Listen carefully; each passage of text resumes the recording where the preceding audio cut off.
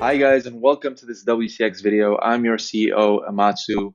In this video, I'm going to talk about spreads and prices. We've been getting a lot of questions about this lately, about how bids and asks affect positions and what it means to submit a long position. Why does it execute at the bid price? So I'm going to talk about this and walk you through all of this in this video. It's actually much simpler than it sounds. So let's get started. This is the WCX dashboard. Here on the right, we're going to be focusing on this new trade panel in this video, and particularly these quotes here, these prices.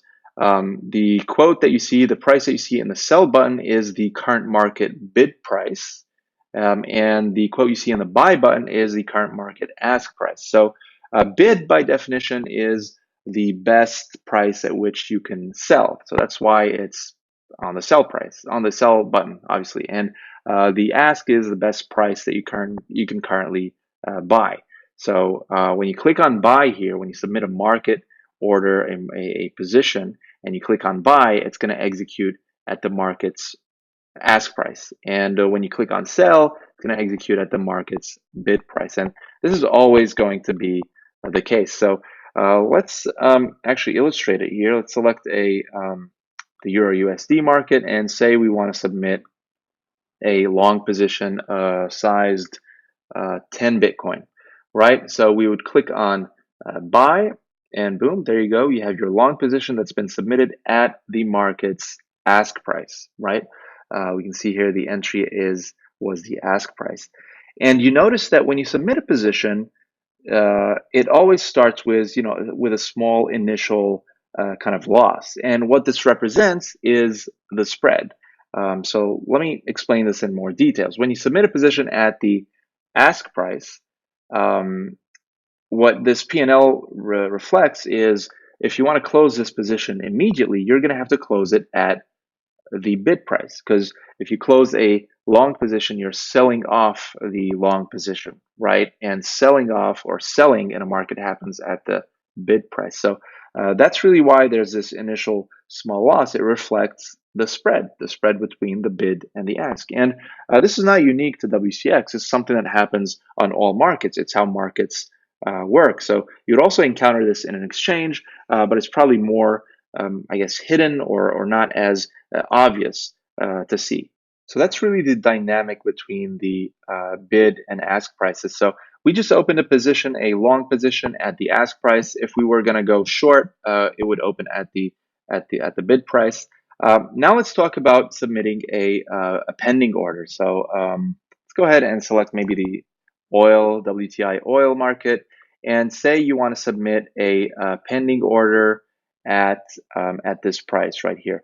Say you believe the market's going to sell off, and there's going to be continuing momentum here, and you want to short the market if it reaches 57.5. So the way you do this is so to enter a position size, let's just stick with 10 Bitcoin, and an entry price of 57.5, and you can sell or buy.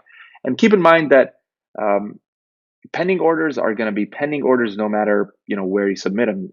If they're above the market price or below, they're still going to be pending orders. So they act as limit or stop orders, depending on whether you submit them on either side of the market. So let's go ahead and submit this sell order here. And you see that this pending sell order has been created at the price we want. So if the market reaches this price right here, it's going to create a sell position for us. And we're going to potentially be able to take advantage of the short here of continuing market down movement. But what does it mean for a market price to reach this price right here? As we know, a market is made up of two prices, always, the bid and the ask. The chart here on WCX shows you the mid price, which is the midpoint between the bid and the ask for convenience. But a market is always made up of these two prices, the bid and the ask. So we need one of those prices to reach this level here for this order to be triggered. And because this is a sell order, that means your order is going to be activated when the market bid price reaches it.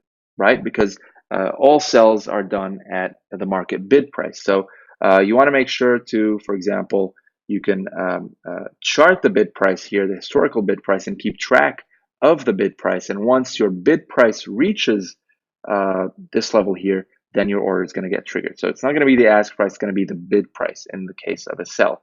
But now let's go ahead and say we wanted to submit a buy order. Let's cancel this order right here. And say we want to submit a buy order at 58. And go ahead and create this order here. And there you go. You have your order that appears on the chart. And since it's a buy order, it's going to get activated when the market ask price reaches it. So the bid price can go ahead and reach this order, but it's not going to get activated until the ask price reaches it. The ask price, which is higher than the bid price. So you can chart the ask price here, and once that price reaches your order, then it's going to get triggered because it's a buy orders, and buys on all markets happen at the ask price. So we covered opening a position, we covered opening a pending order and how a pending order is triggered. It's triggered either at the bid or ask prices. Let's talk about closing a position. So you might remember we opened a 10 Bitcoin Euro USD position. So let's load that market here. And say you want to close this position, you're going to be closing this position at the market bid price, right? Because this is a long position, and you would be by closing, you're selling off the long position, and all selling happens at the market bid price. So we actually display what price your position is calculated against and what price you would close if you close it right now. And this automatically is either the bid or the ask, depending on the direction of your position. And in this case, it's a long position, so you'd be selling off. So we're showing you the bid. That's the price your position would close at if you close it right now. If you had opened a sell order like we have here, a sell position, then if you close this position right now, you would be buying back your short, and so you would buy at the ask price. And related to closing at market price, you can also close at a specific price of your choosing by using the take profit and stop loss options for your position, right? So let's say you want to close this position at when it reaches 20% profit, or you want to limit your losses to 10%. So either of these prices will result in closing your position. So there we go. We set a TP, take profit, and a stop loss for this position. And what these basically are positions to sell off your long, right? This is a long position, and these will basically sell off their pending orders, their pending sell orders. You can think of them, right? So a take profit at this price is going to get triggered because it's like a pending sell order. And sell orders are triggered when the market bid price reaches them, right? So you need to wait for the market bid price to reach this level for your take profit to get executed. So the ask price could reach this level, but it's not going to trigger your take profit. You want to wait until the bid price actually reaches it. So that's something you want to keep in mind.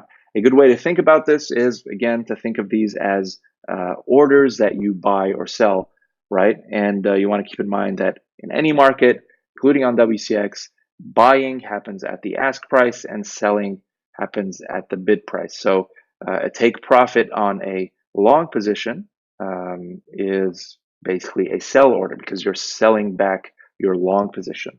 And same with the stop loss, you're selling back your long position. So selling happens at the bid price. So you need to wait for the bid price to reach your take profit. So if your take profit level is around this area here, you want to, your position is going to close when the bid price reaches it. So the ask price could reach it, the mid price could reach it, but you need the bid price to reach it for this order to be triggered here. So that's it for this video. It's an important video to keep in mind to know how the spread and the bid and ask work. The basic principle you want to take away from this video is buying happens at the ask price and selling happens at the bid price on any market, including on WCX. And so that by keeping that principle in mind, you can simplify things a lot. And if you have any questions, you can reach out to us, to our support team, and we'll get back to you as soon as we can. And leave us your feedback on Twitter, on Telegram, by email. We love to read it. And thanks for watching.